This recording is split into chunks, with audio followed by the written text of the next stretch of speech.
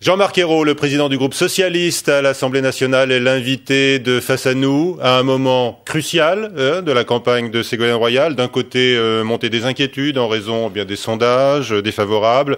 D'ailleurs, la candidate est priée de se ressaisir par plusieurs de ses grands camarades comme Laurent Fabius. D'un autre côté, montée des antagonismes et des invectives avec Nicolas Sarkozy, dont vous réclamez le départ, Monsieur Ayrault, pour que soit garantie, dites-vous, l'impartialité de l'État. Pour vous interroger ce soir, Bernard Mazières, du Parisien aujourd'hui en France, notre partenaire pour Face à nous, Christophe Onodibio, du Point, et Emmanuel Kessler de Public Sénat. Je le disais, les critiques semblent fuser contre la méthode choisie par Ségolène Royal pour faire campagne. Critiques en interne, Jean Glavany, Laurent Fabius, qui demande au Parti socialiste d'apporter des réponses précises tant que rien n'est joué. Je ne sais pas si de sa part c'est de l'optimisme ou du pessimisme. Est-ce que vous partagez ce sentiment d'urgence ? Je crois qu'il faut garder son calme et son sang-froid dans une campagne électorale qui est essentielle pour l'avenir du pays et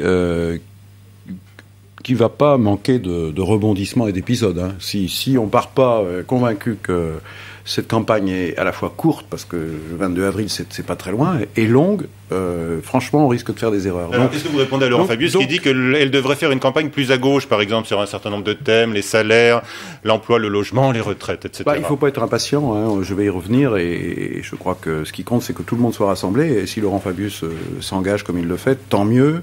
Lors de cette grande rencontre qu'on organise le 11 février, je considère que tout le monde sera là, et c'est important.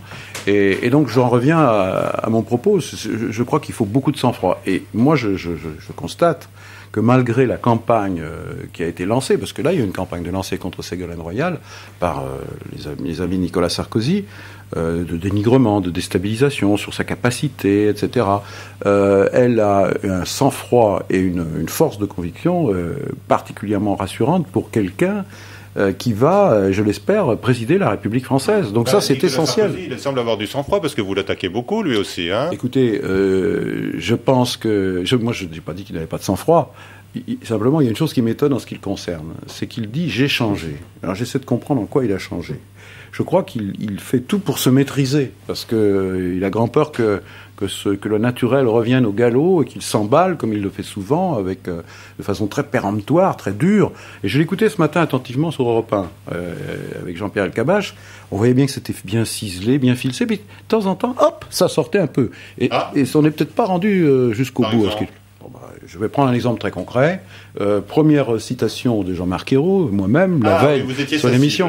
J'étais sa cible. Jean-Pierre Elkabbach m'a cité plusieurs fois, donc en m'exposant comme la cible de Nicolas Sarkozy. Première réaction de Nicolas Sarkozy, oh mais M. Ayrault est sans doute estimable, donc plutôt calme, gentil, le nouveau Sarkozy. Puis à la fin de l'émission, j'étais quelqu'un tout à fait méprisable, qui pèse pas lourd. Donc je me dis quand même que de temps en temps, Nicolas Sarkozy peut pas résister à son naturel. Alors ça, c'est quand même vous êtes aussi là une de ses faiblesses. Ouais. On est revenu dans les attaques contre Sarko, on va revenir un petit peu au PS alors. C'est vous qui m'avez insisté. Oui, c'est vrai. Bernard Mazières. Dites Jean-Marc Ayrault, là vous dites que le PS est actuellement rassemblé, alors qu'il y a un trou d'air effectivement dans la campagne, enfin que vous avez vous-même qualifié, en tout cas le PS.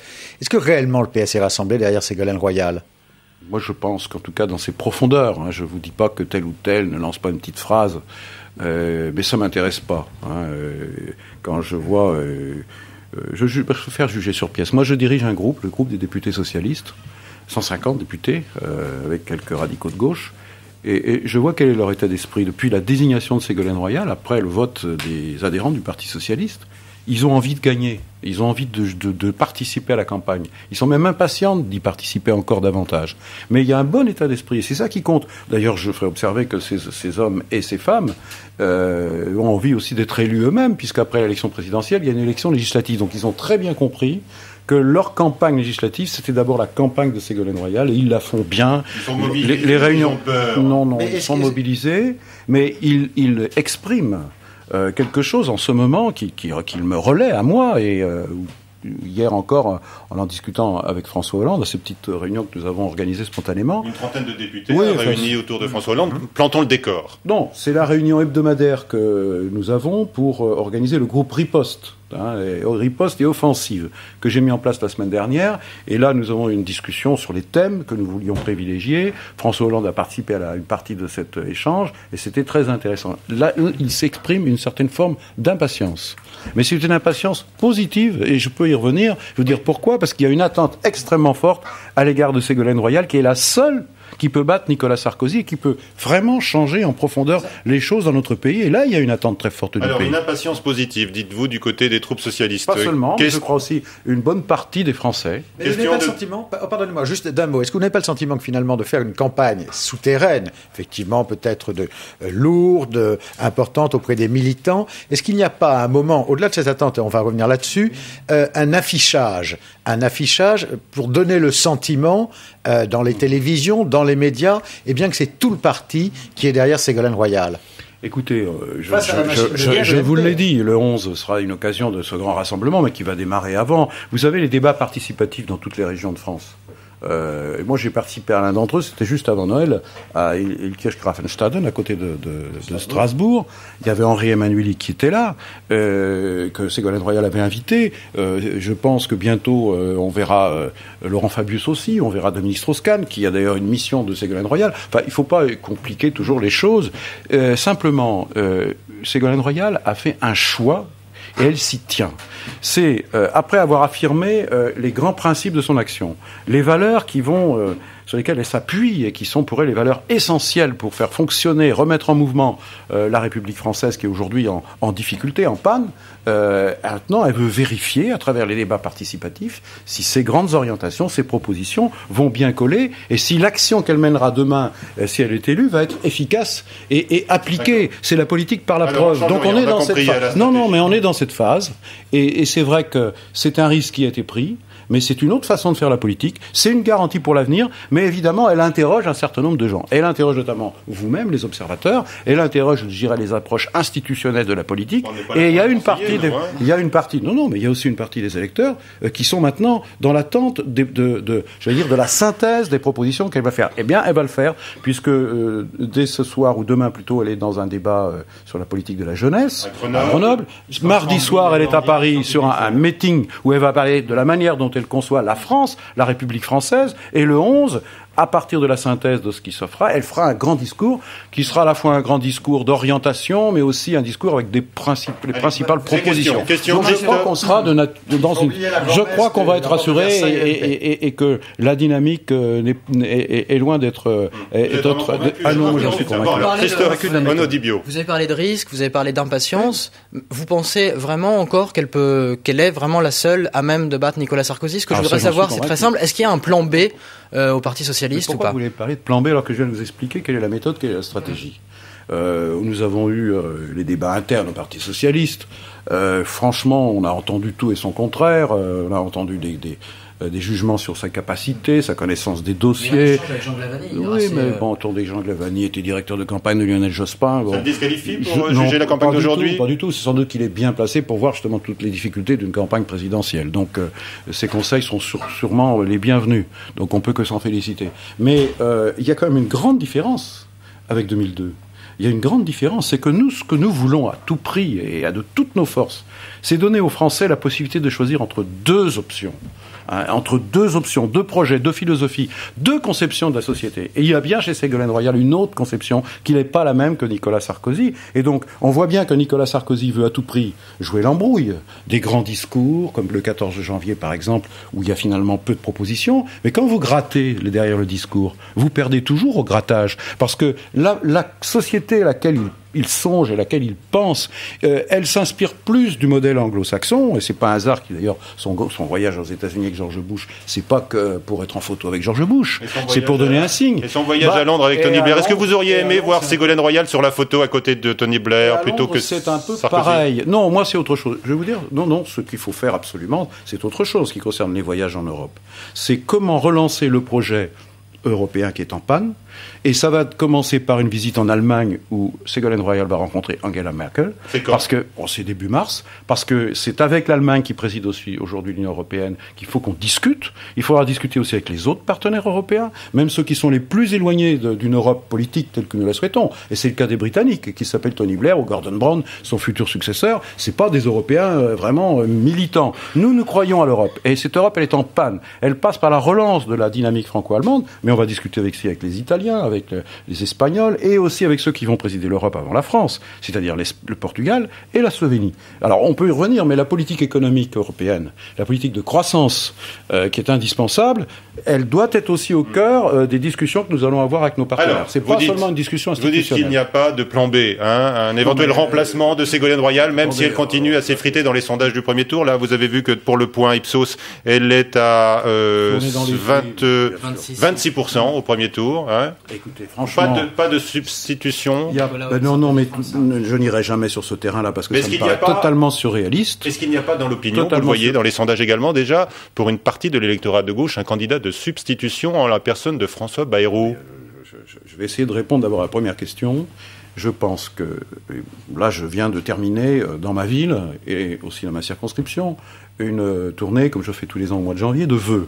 Et j'en ai parlé aussi avec mes collègues députés qui font la même chose pendant le mois de janvier, qui voient beaucoup de monde, je peux vous dire. Et puis là, c'est pas à Paris, c'est sur le terrain, en province ou dans la banlieue. Et qu'est-ce qu'ils disent les gens? C'est qu'ils sont mécontents de la manière dont la France est gouvernée.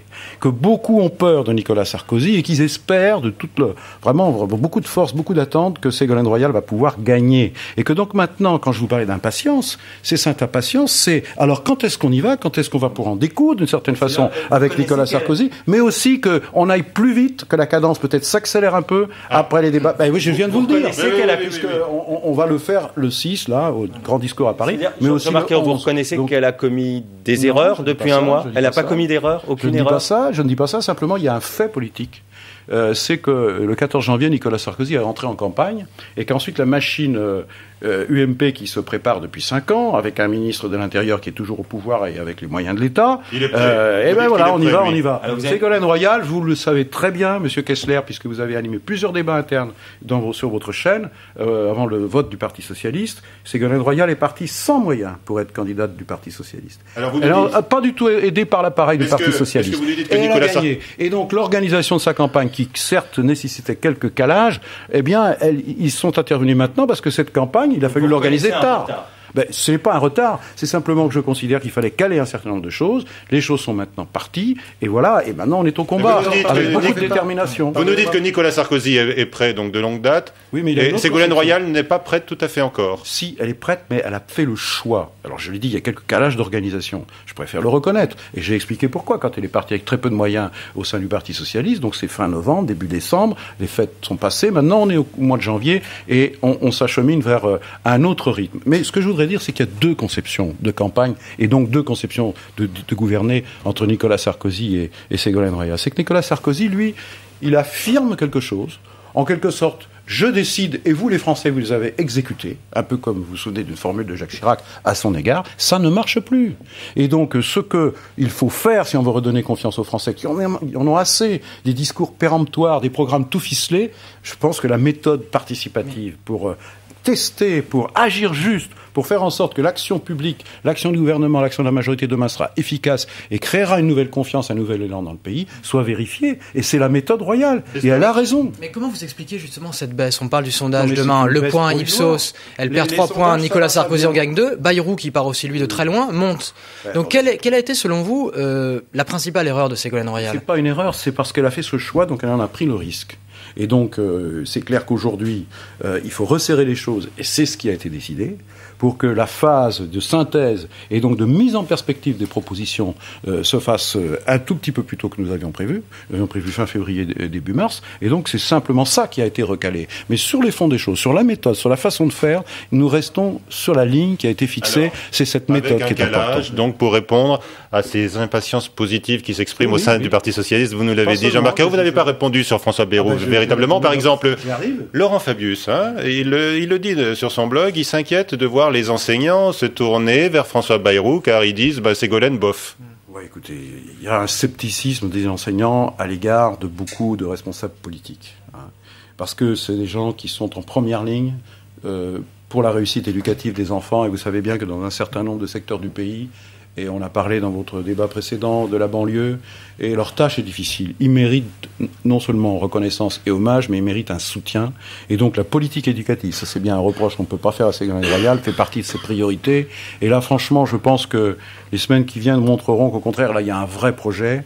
Et nous avions eu, dans les débats sur la loi d'orientation sur l'école de François Fillon à l'Assemblée nationale, déjà l'occasion de dire beaucoup de choses sur l'éducation, en s'inspirant notamment des travaux du rapport Tello, de la commission Tello, et ça sera l'essentiel de nos projets. Mais retrouver les profs qui sont les cœurs de votre électorat traditionnel pour le PS. Sont souvent des gens désabusés, mais qui n'attendent qu'une chose, c'est d'avoir confiance, qu'on les respecte et qu'on les apprécie, qu'on leur apporte un vrai soutien. Mais franchement, quand on voit ce qui se passe en ce moment, parce que là je veux bien qu'on discute en théorie, mais qui est au pouvoir aujourd'hui? C'est quand même bien cette majorité, ce gouvernement dont fait partie Nicolas Sarkozy. Le candidat Sarkozy, c'est quand même le candidat sortant. Il a un bilan. Quand on supprime des milliers de postes dans les écoles, quand on voit qu'il manque des infirmières, des assistantes sociales, la médecine scolaire, etc., dans des secteurs en très grande détresse, après, il faut s'étonner qu'il y a des difficultés dans les banlieues. C'est ça la réalité. Donc sur ces questions-là, franchement, on prend rendez-vous et on s'engage à ne pas décevoir et à redonner l'espoir. Il y a certaines études d'opinion qui montrent aussi que Ségolène Royal perd de l'influence dans les couches populaires. Je voudrais vous poser la question, comment vous expliquez ça et que comptez-vous faire pour rattraper un peu ces couches populaires qui étaient quand même l'électorat socialiste? Les couches populaires attendent des choses concrètes, attendent d'un engagement par la preuve et vous ne serez pas déçus. Dans les couches populaires, non, pas seulement le 11, au fur et à mesure, mais si vous suivez bien ce qui s'est passé depuis le début de la campagne, et qu'est-ce qu'on entend lorsqu'on fait les débats participatifs et que les gens des milieux populaires s'expriment et vous parlent du chômage, des difficultés à accéder à l'emploi, les jeunes victimes de discrimination, on en a parlé il y a quelques instants sur votre antenne. On parle aussi du niveau de vie, la précarité, notamment l'enchaînement de petits contrats, de travail à temps incomplet non choisi, qui fait que dans notre pays, le nombre de travailleurs pauvres augmente, qu'il y a aussi des petits retraités qui justement n'arrivent pas à joindre les deux bouts. Là, ce dimanche dernier, j'étais au concert des Enfoirés à Nantes. J'ai rencontré le président, M. Berthe, des Restaurants du Cœur. Nous avons parlé des gens qui viennent aux Restaurants du Cœur, et notamment pour les repas. Eh bien, il y a maintenant de plus en plus de familles monoparentales. Il y a de plus en plus de travailleurs pauvres. Il y a de plus en plus de petits retraités. Sur ces sujets-là, il faut être concret. C'est pas des promesses pour l'avenir. On connaît le diagnostic, là. On connaît tous le diagnostic. Une série de mesures. On attend les mesures. On attend les mesures le 11 février. Est-ce que ça sera effectivement pour eux une priorité? Est-ce que ça n'est pas risqué de faire monter cette attente? Non, pas sur ce point-là. Sur le 11 février. Non, je vous parle pas du 11 février, je vous parle des engagements que nous prendrons, qu'il soit le 6, le 7, le 8 ou 9 ou 10 février ou le 11, et après, et que nous mettrons en œuvre. Et en particulier pour les catégories populaires, c'est important qu'ils sachent que les choses vont changer concrètement pour eux et elles. Et ça sera des actions prioritaires. Il y a d'autres choses qui demanderont un petit peu plus de temps. Par exemple, nous avons décidé d'organiser la conférence nationale sur les salaires, les revenus et la croissance, où là, nous réunirons les partenaires sociaux.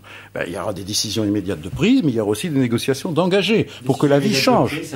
Par exemple, il y aura l'augmentation du SMIC. Bien sûr. Nous avons fixé l'objectif d'ici la fin de la législature à 1 500 €. Mais ça dépendra aussi des discussions que nous aurons. 1 500 €, pourquoi pas tout de suite? La discussion avec les partenaires sociaux est essentielle. Parce que vous savez que le SMIC, il a un effet aussi sur les autres niveaux de salaire. Et qu'en France, malheureusement, il y a pratiquement la moitié des salariés qui gagnent moins de 1,6 fois le SMIC. C'est quand même un vrai problème de question du niveau de vie des Français. Et donc ces questions devront aussi être débattues. Mais pour être convaincant, il faut une série de mesures immédiates. Et elles seront annoncées par Ségolène Royal elle-même. Et elles seront concrètes pour les catégories populaires. Parce que là, elles sont extrêmement attendues. L'échec scolaire, je viens de vous en parler, ça c'est du concret. Les problèmes de sécurité, ça aussi c'est du concret. Mais il suffit pas de proclamer. Vous parlez du ministre de l'Intérieur, mais où sont ces résultats dans les quartiers en difficulté? Est-ce que parfois il ne faut pas proclamer quand même dans dans un discours politique. Est-ce que pour ramener le peuple de gauche dans ces petits papiers, en quelque sorte, est-ce qu'il ne faut pas utiliser les vieilles recettes, dire voilà, je suis là, et avoir une fonction tribunicienne quand même. Rappelez-vous, on a cité 2002 tout à l'heure, Pierre Mauroy avait lancé à l'adresse de Lionel Jospin le mot ouvrier, c'est pas un gros mot. Non. Et là, on a presque envie aujourd'hui parce que c'est très diffus quand même cette campagne qu'il y a aujourd'hui. Nicolas Sarkozy, oui, mais alors, du travail, ce qui est quand même... Nicolas Sarkozy, moi, je vais vous dire... On ne la voit pas dans les usines. C'est vrai que Nicolas Sarkozy se balade, il va serrer les mains. Soyez patient. Soyez patient. Parce que moi, je ne vous vois pas non plus dans les débats participatifs. Il y a qui dans ces débats participatifs, d'après vous? La presse est représentée. Des grands bourgeois qui viennent? Demain, qui sont les gens qui viennent? Sénat, je rappelle, le débat de Grenoble avec Ségolène Royal. Je vous ai parlé de ce débat participatif sur... Il y a beaucoup de sympathisants qui viennent, Jean-Marc Ayrault. Le débat sur l'emploi, où j'étais en décembre avec Henri Emmanuel aux côtés de Ségolène Royal. Il y avait Martin Hirsch qui était là. Il y avait aussi d'autres personnes. Il y avait des responsables syndicaux, associatifs. Il y avait... Leur travail, pourquoi est-ce qu'elle la défendra mieux que lui? D'abord parce que quand Nicolas Sarkozy parle de la valeur travail, il nous parle que d'une chose en mesure concrète. Il vous dit on va pouvoir travailler, gagner plus en travaillant plus. C'est-à-dire au fond, sa seule réponse pour améliorer le pouvoir d'achat, c'est les heures supplémentaires. En exonérant les heures supplémentaires travaillées de cotisations sociales et de fiscalité. Très bien. Quelle est la conséquence de ça? D'abord, premièrement, ça n'aura pas beaucoup d'impact, parce que je vous rappelle que la loi d'aujourd'hui, qui a été aménagée par l'actuel gouvernement, permet d'utiliser beaucoup plus massivement les heures supplémentaires, et que cette loi est très peu utilisée. Donc il ne suffit pas d'être péremptoire comme M. Sarkozy. Vous pouvez aussi remarquer que lorsque Nicolas Sarkozy a posé la question à des infirmières dans un hôpital qui travaillent dur et la nuit, est-ce que vous accepteriez des heures supplémentaires pour travailler plus? Il s'est fait envoyer promener. Et quant aux organisations syndicales de salariés unanimes, elles ont très bien compris que c'était un leurre, car le salarié, il suffit pas qu'il aille voir son patron en disant tiens, cette semaine, j'aimerais bien faire des heures supplémentaires parce que ça me permettrait de gagner plus. Franchement, vous croyez que c'est le salarié qui décide de faire les heures supplémentaires? Il fait les heures supplémentaires s'il y a du travail. Et alors, si on exonère de cotisations sociales lorsqu'il y a du travail et qu'on systématise cela et même de fiscalité, vous savez ce qui va se passer? C'est que ce sera plus facile pour un employeur de dégager quelques heures supplémentaires par-ci par-là plutôt que d'embaucher. Donc c'est pas une mesure qui est favorable vraiment au pouvoir d'achat, mais c'est une mesure qui est de toute façon défavorable à l'emploi. Nous fixons une priorité. Je l'ai dit tout à l'heure, les bas salaires, le SMIC bien sûr, et favoriser par rapport à la valeur travail tous ceux qui aujourd'hui recherchent un emploi, qui sont au RMI, qui sont aux minima sociaux, ou qui ne sont pas indemnisés, qui sont dans des situations de détresse difficiles, et de dire que tous ceux qui trouveront un travail, qu'on encouragera à trouver un travail, que ce soit des jeunes ou des moins jeunes, devront systématiquement gagner plus que s'ils sont aux minima sociaux. Parce que notre objectif, c'est la société du travail. La valorisation du travail, c'est pas l'assistance. Bien sûr, la solidarité est nécessaire, mais c'est ça notre objectif. Est-ce qu'il faut revoir l'assistance quand Nicolas Sarkozy, par exemple, on ne peut plus, comme cela, donner des aides sociales, donner des minima sociaux sans contrepartie. Que répondez-vous? On dit que Ségolène Royal fait pas de proposition. Mais là, elle en a fait une. Elle a dit à plusieurs reprises qu'elle prenait en compte et qu'elle le mettrait en œuvre le projet de revenu de solidarité active que propose Martin Hirsch du mouvement Emmaüs. Ça, c'est concret, mais je l'ai entendu aucun autre candidat n'en a parlé, sauf que ça, c'est une proposition de Ségolène Royal, mais personne n'en parle. On parle des petites phrases, des petites... Voilà une proposition concrète. Alors, c'est le 11 février qu'on va tout savoir. Est-ce que vous ne créez pas une attente considérable sur ce 11 février? Est-ce que cette attente ne risque pas d'être déçue tellement vous avez mis la pression sur cette... Un feu d'artifice, disent certains au Parti Socialiste. Le 11 février, feu d'artifice Ségolène. D'abord, deux choses. Première chose, je vous réponds. Le discours fédérateur sur comment Ségolène Royal voit la France, quelle conception elle a de la République, comment on peut remettre en mouvement ce grand pays avec tous ses atouts et recréer de la fierté nationale. Elle en parlera mardi à Paris. Et puis le 11 c'est pas la fin de la campagne. Le 11 ce n'est, monsieur Kessler, qu'une étape de la campagne. Alors évidemment, il y aura les grandes orientations, un certain nombre de mesures phares, mais vous n'aurez pas un listing complet pour dire tiens, elle a oublié quelque chose. Je préfère vous le dire à l'avance. Il y aura d'autres rendez-vous, c'est 3 mois. Et quand on parle des sondages, des montées, des descentes, intelligentes, etc., ou des commentaires de presse. Il faut quand même se souvenir qu'en 1981, Giscard alors, était au zénith, etc., tout allait bien pour lui, les sondages étaient défavorables à François Mitterrand, puis petit à petit, les choses se sont retournées. Donc je crois qu'il faut rester très calme par rapport à tout ça. On vous écoute depuis un bon moment maintenant, Jean-Marc Ayrault, on s'aperçoit, c'est ce que me glissait Christophe Onodibio à l'oreille, que finalement les avertissements de Jean Glavany, de Laurent Fabius commencent à porter. Oui, non, pas du tout.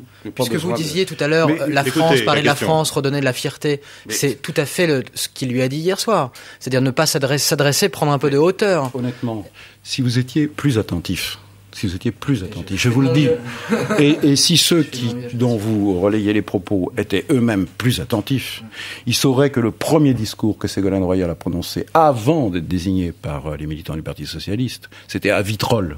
Et c'était un magnifique discours qui parlait de la France, qui parlait de tout ce que je viens de vous dire là. Alors, aussi. Mais bien sûr, mais elle parlait des Français. Elle parlait des Français. Elle n'en parle plus. De l'attente des Français, de ce qu'ils représentent, notamment des catégories populaires. Je vous invite à relire ce discours. C'est un magnifique discours qui parle de la France, qui parle de ses valeurs, mais par contre, et là il y a une différence avec un certain nombre d'autres hommes politiques ou femmes politiques, c'est qu'elle a une vraie conviction, c'est qu'elle sait qu'il ne suffit pas de proclamer.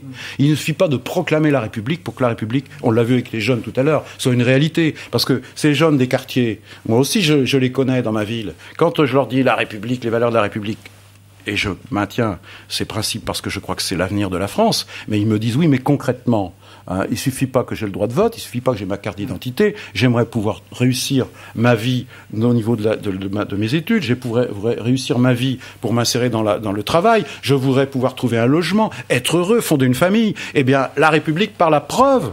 Alors écoutez, il n'y a pas de changement, la stratégie de Ségolène Royal est très claire. D'ailleurs, ceux qui ont assisté au débat interne du Parti Socialiste ont quand même entendu un certain message. Alors, c'est pour ça qu'elle a été... léger calage, vous nous avez dit. Alors, on poursuit Christophe. Quant à François Bayrou, je vous ai pas répondu, vous allez me dire que je ne veux pas répondre. Mais... Oui, je vais vous répondre. François Bayrou, d'abord, quant aux enseignants, j'ai répondu sur les enseignants. Les enseignants n'ont quand même pas tout à fait la mémoire courte. Il a été ministre de l'Éducation nationale, François Bayrou, et il a mis plusieurs centaines de milliers de parents et d'enseignants dans la rue. Et il se souvient aussi de Ségolène Royal, ministre délégué de Claude Allègre, qui voulait s'attaquer au mammouth. Oui, mais c'est pas elle, ça, c'était un autre. Et je n'y reviendrai pas. C'était pas tout à fait la même chose, ne soyons pas injustes. Mais quant à François Bayrou, ça fait comme ci, comme ça, entre lui et Le Pen. Mais il adresse un message qui est très simple. Tout va mal, le système va mal, il faut changer les choses. Et parfois, il porte un diagnostic sur les blocages de la société française qui ne sont pas faux. Sauf que il n'apporte pas de réponse. Alors s'il y a bien un qui ne présente aucune proposition et qui l'assume, c'est François Bayrou. Il n'y a aucune proposition. Et dernière chose que je voudrais dire, parce que je répète ce que j'ai dit tout à l'heure, il faut la clarté. En 2002, il n'y a pas eu la clarté. Les Français ont rejeté Le Pen, et heureusement. Mais ils n'ont pas choisi entre deux projets. Ouais. François Bayrou, lui, il veut faire la synthèse entre la droite et la gauche. Alors, c'est la meilleure façon de... L'idée que, comme en Allemagne, un jour, il puisse y avoir un gouvernement avec des personnalités, raisonnables de droite et de gauche. Je connais bien l'Allemagne. Et il se trouve qu'au moment des élections où il y a un système proportionnel, aucune majorité s'est dégagée. Et qu'il n'avait pas le choix de faire une grande coalition. Mais ça présente des inconvénients. C'est que ça facilite quand même le rôle des extrêmes, ça crée une certaine désillusion, un certain désenchantement. Partout, et dans l'Europe, il y a une droite et une gauche qui est alternativement au pouvoir. C'est le cas en Italie, c'est le cas en Espagne. Deux petites questions. Et pourquoi voulez-vous à tout prix? Alors, on prend les meilleurs partout. Alors, il y a beaucoup de gens qui trouvent que c'est bien, c'est sympathique.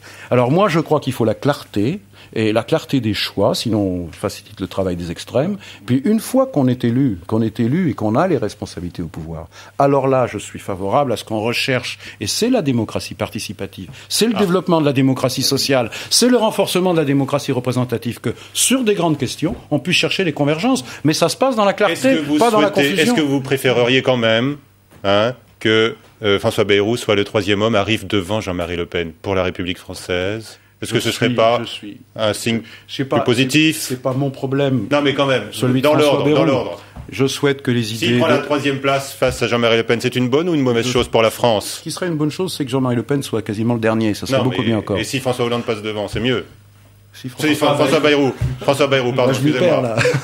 Mais c'est sûrement mieux, de toute façon, parce que je pense que les valeurs que défend François Bayrou sont quand même, là aussi, aux antipodes de celles de Jean-Marie vous parlez du débat nécessaire, dont les Français ont été privés en 2002.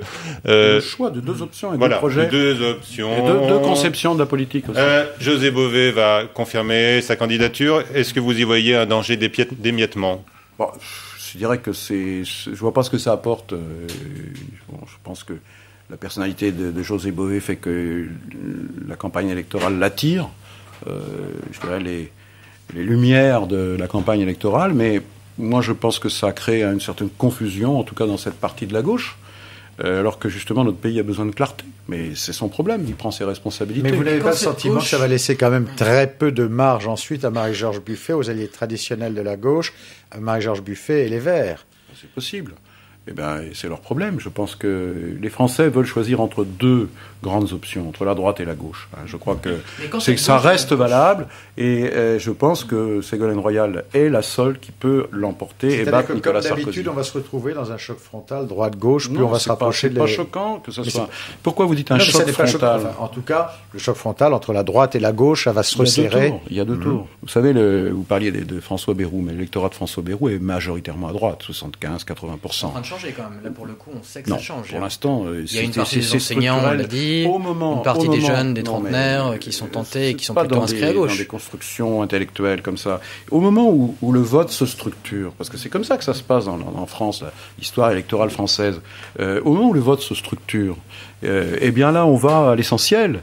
Et c'est tout l'intérêt de la campagne, de convaincre, de créer une dynamique. Et c'est notre mission, montrer que les choses peuvent changer dans le pays. Et si une majorité de Français est convaincue, bien, il se passera, là sera la victoire de Ségolène Royal. Et personnellement, j'en suis convaincu. Mais c'est semé d'embûches, le parcours d'une élection présidentielle. C'est pas un long fleuve tranquille, vous savez. Ça demande beaucoup, beaucoup de travail. Sur un point très précis qui fait grincer des dents au PS, celui de l'énergie nucléaire.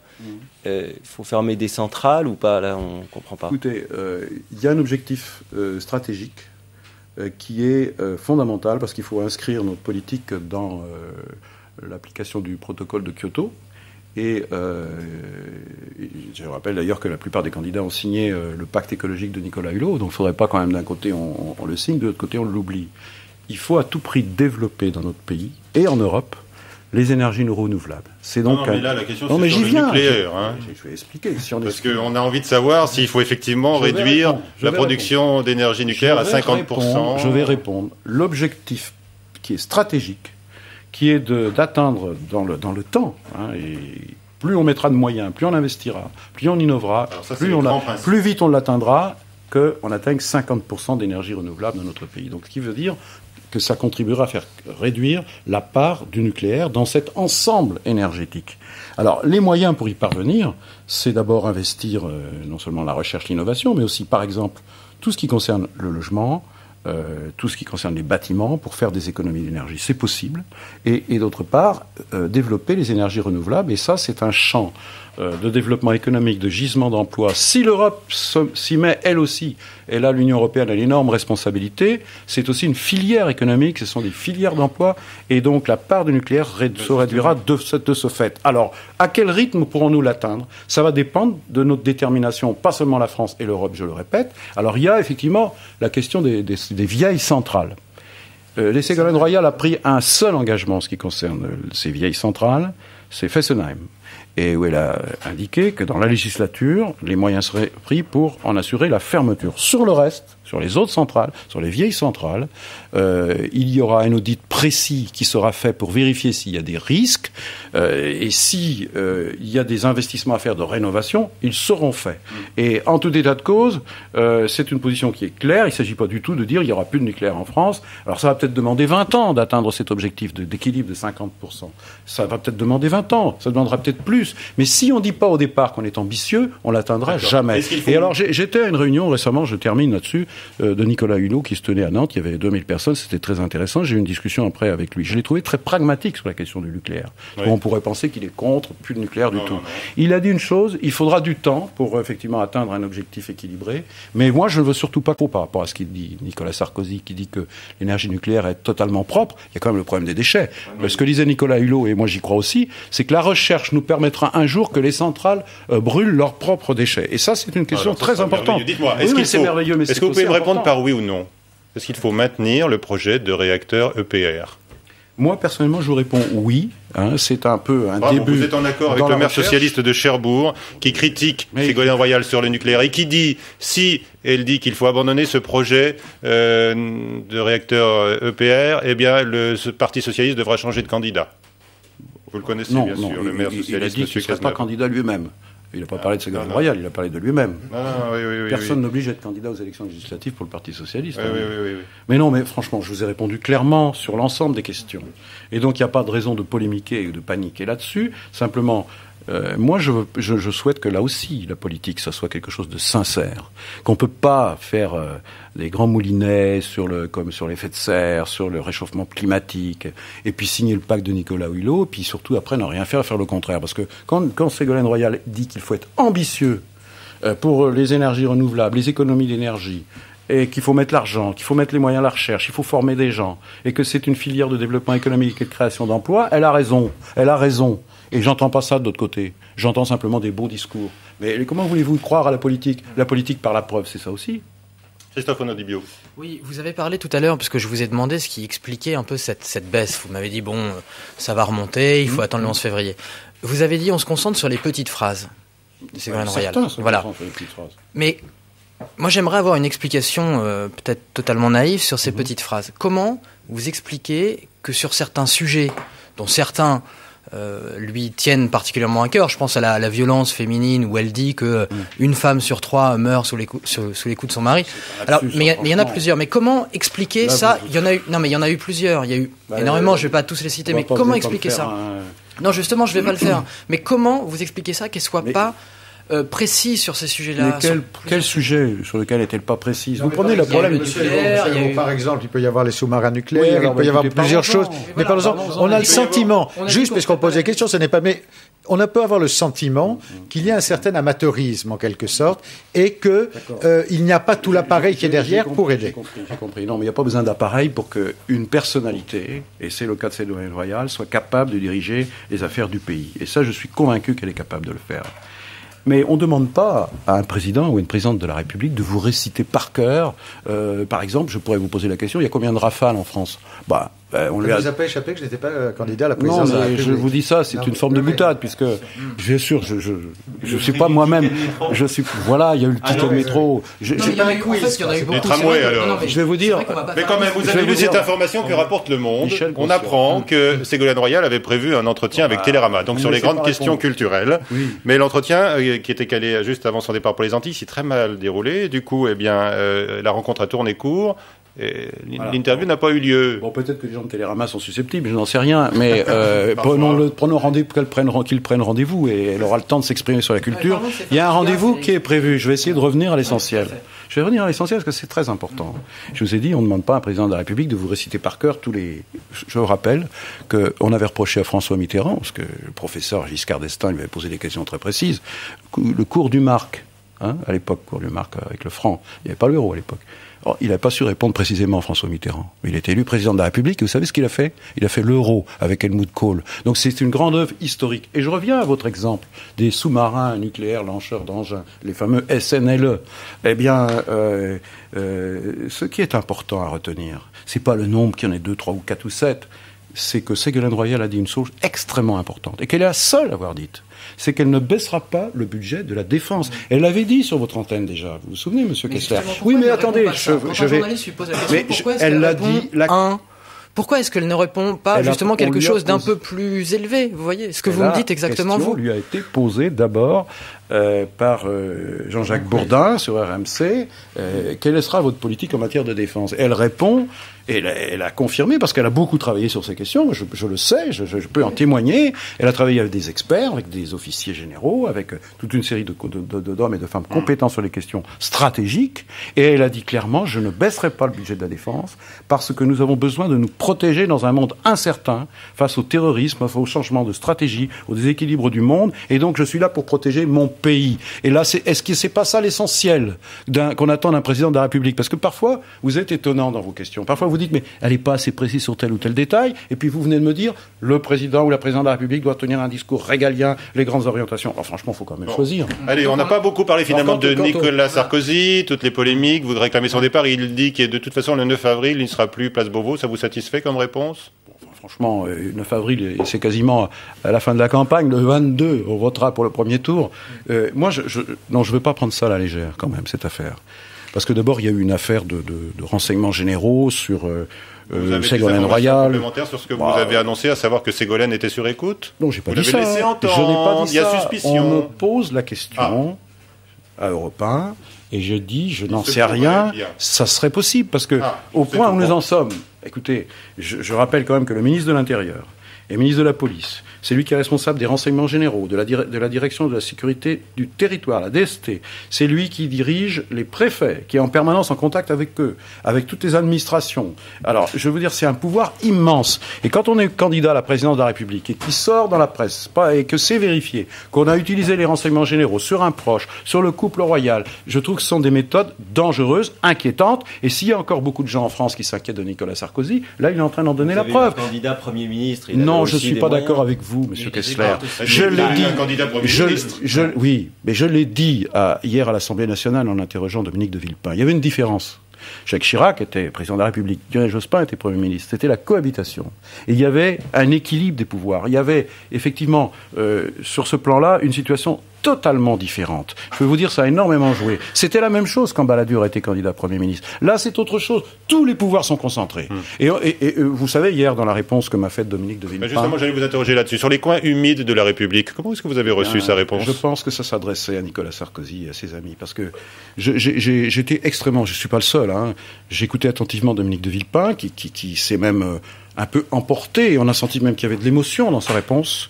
Et il a dit, j'ai été blessé, j'ai été attaqué, j'en ai souffert. Mais de qui a-t-il souffert? Il a souffert de l'affaire Clearstream, des rumeurs, des ragots, des fausses informations circulant ici ou là. Donc l'impartialité de l'État.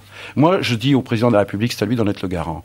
Et j'ai saisi avec mon collègue Jean-Pierre Bel, président du groupe socialiste au Sénat, le Conseil constitutionnel, et qui est le juge de l'élection présidentielle. Alors j'attends qu'il se réunisse, il va le faire, et il donnera son avis. Et sur le plan politique, qu'est-ce que vous attendez de Jacques Chirac? Jacques Chirac devrait remettre les pendules à l'heure et devrait dire le ministre de l'Intérieur doit être candidat ou rester ministre de l'Intérieur. Il faut qu'il choisisse. C'est-à-dire qu'il doit lui dire... C'est à lui de le faire. C'est à lui de le faire parce qu'il ne veut pas partir. Parce qu'on voit bien pourquoi il ne veut pas partir. Est-ce que vous vous souvenez d'une chose? Quand Nicolas Sarkozy est revenu ministre de l'Intérieur, est-ce que vous vous souvenez de cette phrase qu'il avait dite, que j'ai de mémoire? Il voulait attaquer la candidate socialiste, il a dit qu'il voulait se protéger. Oui, c'est révélateur. Ça veut dire qu'il utilise ses services pour se protéger contre ses propres amis. Mais alors, ça, on peut imaginer le pire en démocratie. Franchement, c'est un scandale. Je dirais que c'est une faute d'État et elle doit être réparée. Alors, il reste 3 mois de campagne, ou un peu moins maintenant. Est-ce que Ségolène Royal s'attendait à la rudesse des coups, à une campagne aussi dure que cela? Est-ce que psychologiquement, elle était préparée? Elle est préparée. Vous vous souvenez, justement, je faisais allusion au discours de Vitrolles. Et à l'époque, tout le monde avait dit tiens, pourquoi elle dit ça?